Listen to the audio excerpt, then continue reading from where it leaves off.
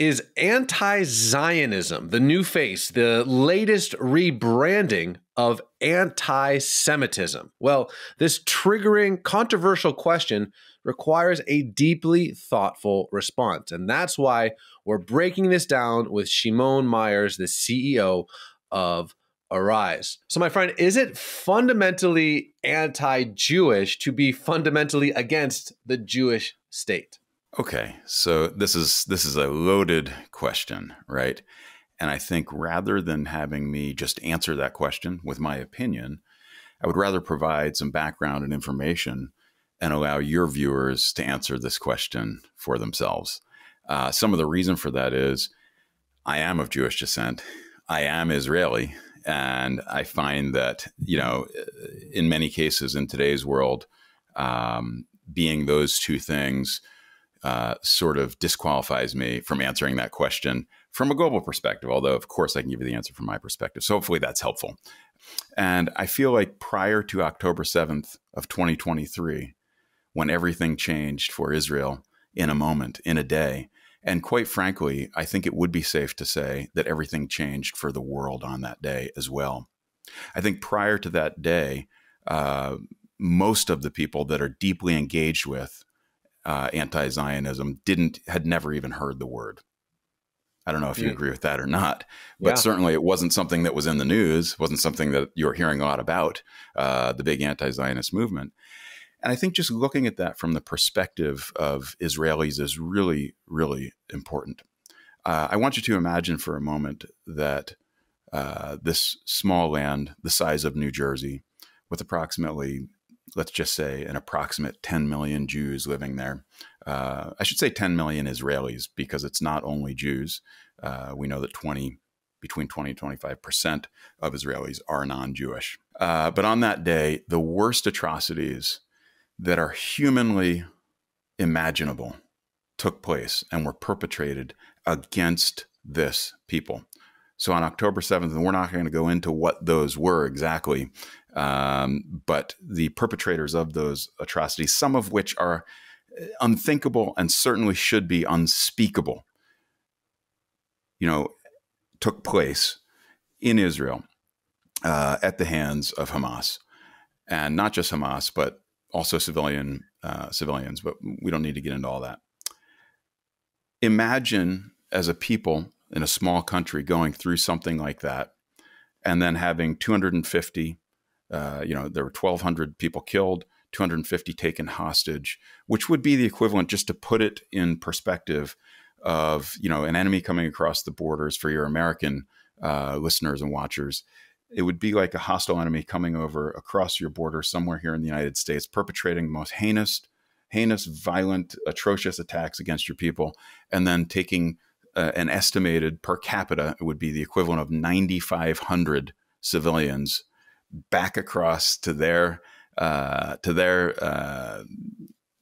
country. Although in this case, again, it's nuanced and questionable, but taking them back across the border and hiding them, keeping them as hostages. Some of them, we know there's still around 50 still to this day that have not been returned. But I want you to imagine, after all of that, waking up the next morning on October 8th and watching people marching on the city streets of the most civilized countries of the world and marching across some of the most esteemed halls of education in the Western world with signs saying "from the river to the sea," and also globalize the Intifada. I want you to just think about what that would feel like as somebody living in Israel. Bear in mind that this is weeks before there was ever an Israeli response to what happened on October 7th. Weeks before that had ever happened, this is what you're seeing on the news. And I think for your viewers, if you were to ask an Israeli the question that you just asked, is anti-Zionism, anti-Semitism, as an Israeli, how do you think they would answer that question in lieu of those things? I think that's everything you just said is very insightful. And I think having been to Israel 30 times, there's so many caricatures and slogans and half-baked truths. It required, you can't tweet yourself out of this. This is a deeply controversial, deeply interwoven conflict. But I think fundamentally what a lot of people, I don't know how else to say this, would say, okay, well, Zionism is just the last remaining vestige of colonialism. So would you say, and since it's colonialism, the people that are being colonized have all the rights in the world to fight against that. And if you fight against that, you're not anti-Semitic. You're just fighting colonialism. How would you respond to that idea? Here's how I would respond to that. That's certainly one perspective. Another perspective would be that Zionism and the return of the Jewish people to their ancestral homeland is the greatest story of decolonization to ever take place in human history. So that's another perspective on that. I believe that the perspective that this is some the last opportunity to fight white colonialism can be debunked and disproven on every level imaginable. This is not an imperial force that came in, sent out by some country to conquer this land. It couldn't be further from the truth. And that particular argument misses so many of the key points, including all of the Sephardic Jews that were forcefully pushed out of the surrounding regions during that time and into the land of Israel. I think that there are so many different things that factor into this, so many questions that we should be asking that we're not asking in answering this question. One of those might be, how many wars are being fought around the world right now? Right now, as we speak, there are an estimated 100 military engagement wars being fought somewhere on the globe. Most of the people that are marching on the city streets don't even know that any of those wars are taking place. What about the wars that we do know are taking place? What's the biggest one that we know right now is taking place between Russia and Ukraine, right? Is there any big movement to say that one of these countries doesn't have the right to exist, whether you agree with their governments and their government's decisions, whether you think Putin is a dictator or not?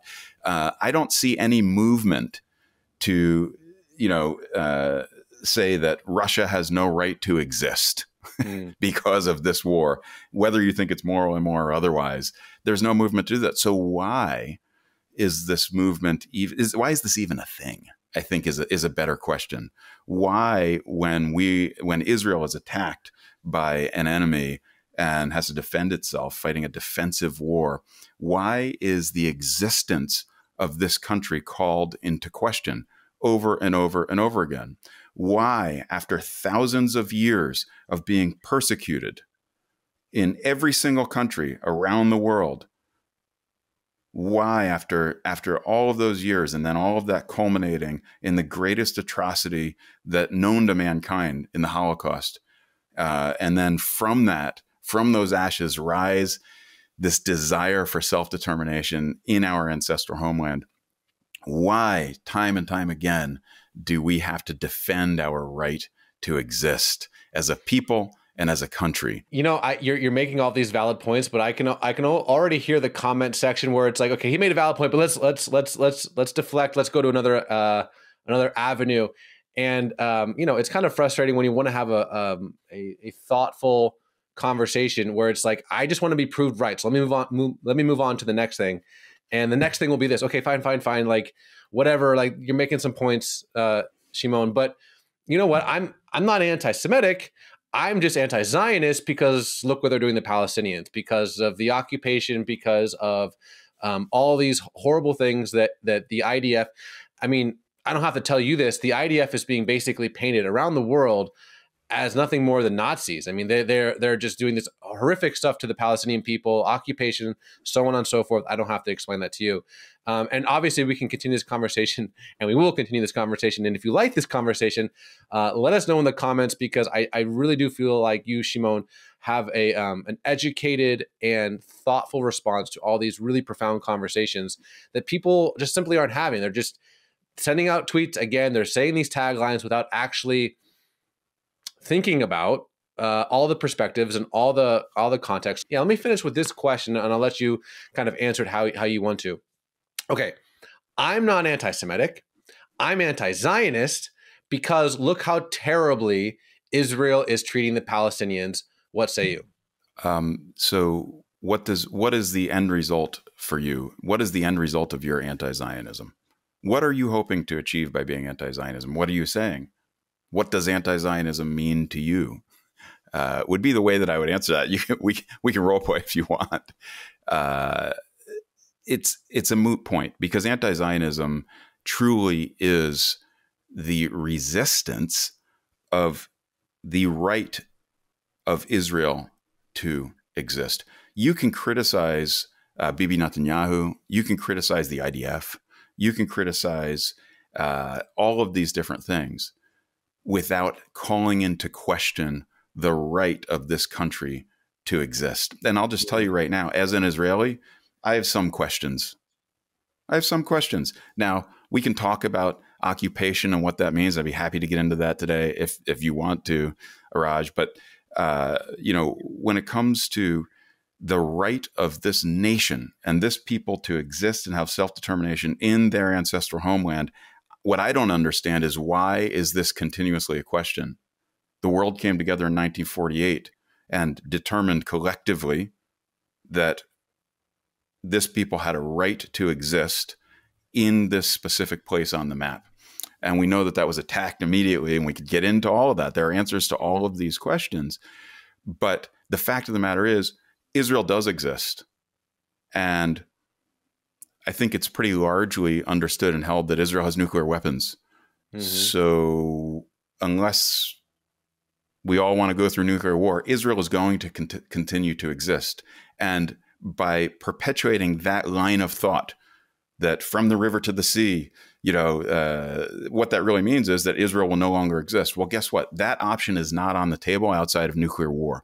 Let's stop with all of that. That's not providing a solution. I do think it is really, really important for listeners to understand that there are many well-meaning people, and I think our side needs to understand that as well. I think Israelis and Jews, and I think most of them do understand this, but I think it's really important that we understand that there are some really well-intentioned people that have been completely misinformed and completely brainwashed into this movement.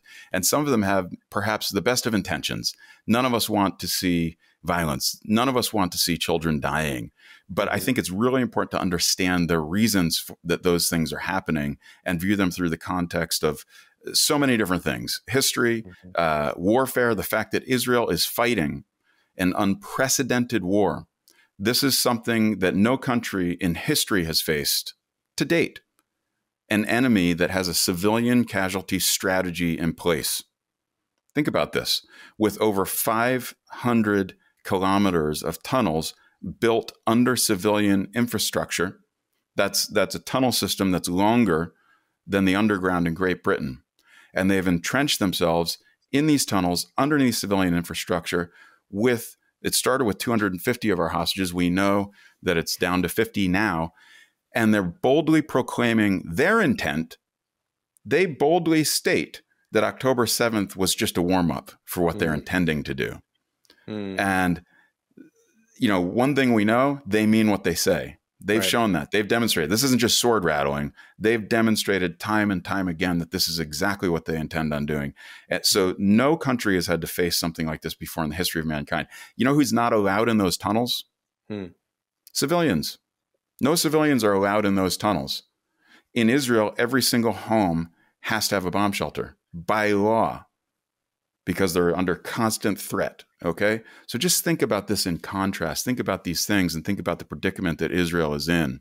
It would be the equivalent, again, of the United States having 9,500 of its citizens taken hostage with a hostile enemy on its border, proclaiming that they intend to continue the most vile attacks against your people, and then entrenching themselves amongst civilian infrastructure and saying, come get me. And also simultaneously, you've got the people of Gaza. I'm not saying that every single one of them, but largely, and this is well documented, people saying that they desire to be martyrs. They desire for their children to be martyrs, to be shaheeds. And it's something that a lot of people don't talk about. But if you want to really understand this conflict, you've got to understand all of these different things and the difficult spot that Israel finds itself in. Well, I'll tell you what. I know that there's going to be mountains of comments on this video, and this is maybe just part one of our deeper conversation about the buzzwords, the triggering, controversial ideas behind the whole Middle East conflict. So if you're watching this and you're going to just post some troll comment, go ahead. But otherwise, please do ask a question in the comment section or point something out that Shimon said that you really agree with, disagree with. I think the goal of these segments is to honestly have a dialogue, a conversation, to understand. Like, again, I've been over there dozens of times. It's the context, it's the layering, it's the deep understanding of all of the different perspectives that allow us to have a full comprehensive idea of what's really going on. And you cannot receive that from a chant, from a tweet, even from an Instagram post. You have to have a comprehensive, many conversations. And this is just, again, the first of many, hopefully, with my friend Shimon. So again, ask your questions in the comments, post any thoughts you have about our conversation, and we will continue this conversation later. But as for now, Shimon, thank you so much, my friend, and God bless. Thank you. Can I end with a quote? Of course. So there was a very wise man. I've been reading this lately and just sort of thinking about this. A philosopher,